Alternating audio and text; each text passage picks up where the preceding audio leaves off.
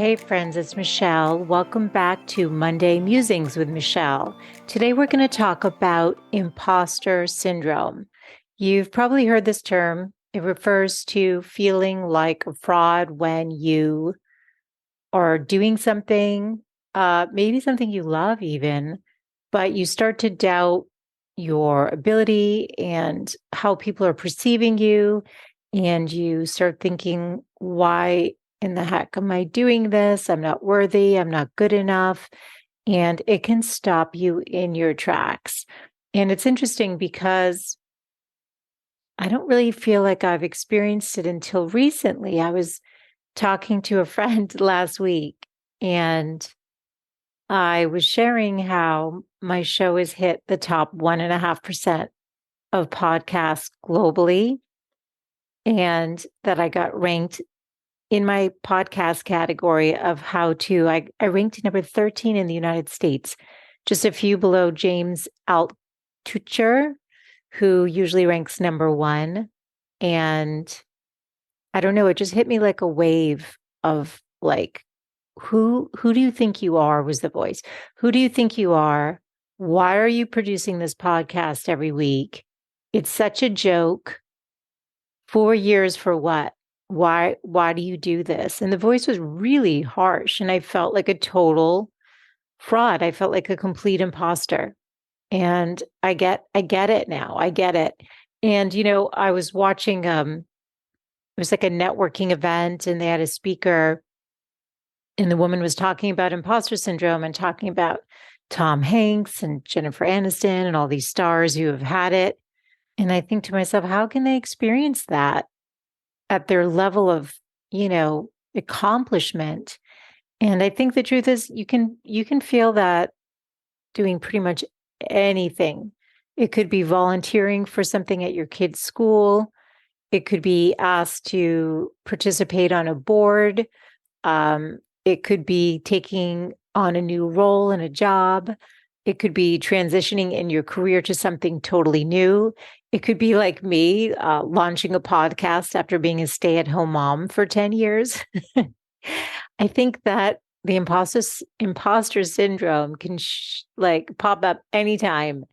Um, and yeah, and I'm realizing the way to navigate it is just to sit with it.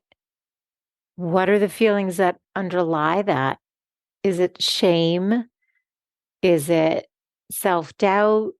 What are the feelings that whatever it is that you've done have triggered this imposter syndrome? What triggered it?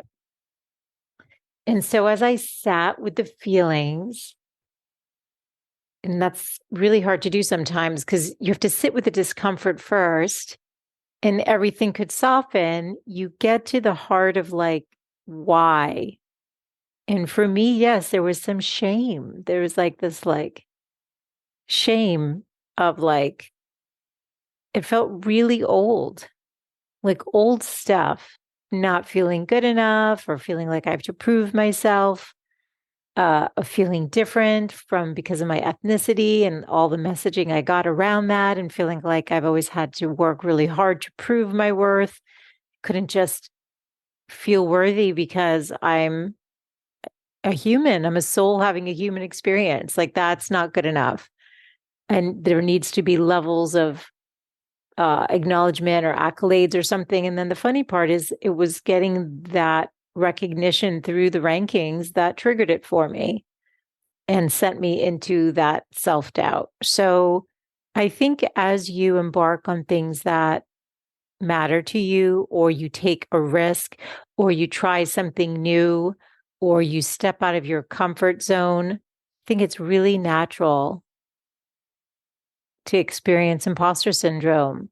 And you have to navigate it by allowing it to feel the feelings and to get to the underlying feelings so that they can soften and you can nurture and love on and love on that part of you that got triggered for whatever reason. And the truth I think is that many of us are afraid to be visible.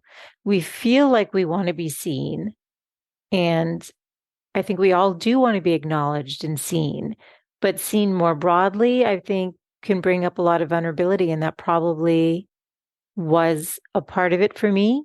And then also, like I said, just feeling this need to prove my worth of like, well, that's not good enough. And you haven't done enough to earn any of that. And just all sorts of negative voices just wanted to come in and just knock me down. Um, so I'm sharing this in case you've felt it or you're feeling it right now. I feel like we don't ever experience anything alone. If I'm feeling this, lots of people are feeling this for very different reasons. So,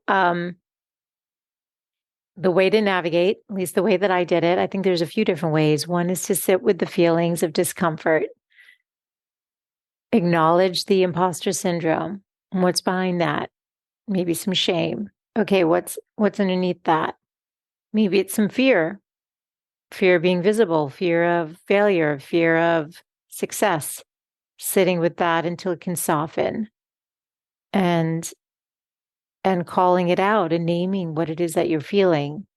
Another thing that you can do is to journal about it. I find that journaling is hugely helpful for me when I feel stuck or unsure or overwhelmed. You can journal, why do I feel imposter syndrome right now? What triggered it? And just allow the voices, even the mean ones, to come in initially so that you can get some distance and perspective on what is being triggered within you. So all of that can soften. The third is you can talk to somebody that you trust about it, especially if you're an extrovert. I find that those of us who are extroverts do benefit from talking out loud so that the feelings and the emotions don't get stuck inside our bodies. We often do better when we can express verbally. That may not be the case for an introvert. I don't know because I'm so highly extroverted and that's my tendency. So, those are three things that you can do to navigate it. And then also just always know you're not alone. When these really accomplished actors like Jennifer Aniston or Tom Hanks are experiencing that, I think it's just a part of being human. It's a part of, and it's showing you maybe that you're also stepping out of your comfort zone, which you should really applaud yourself for, because I think when we stretch ourselves beyond what's comfortable, that's where a lot of growth happens. And that's really just such a big part of life. So anyway, this was a quick one, just as the Monday musings tend to be, just something to think about. And yeah, let me know, have you experienced that? Does this resonate with you? I'd love to hear from you. You can always reach out at hello@thegoodlifecoach.com with any thoughts on this subject. There's going to be a web page for it as well at thegoodlifecoach.com/239. So you can leave a comment on the website itself if you prefer. Thanks so much for tuning in, and I will be back with you next week. Bye for now.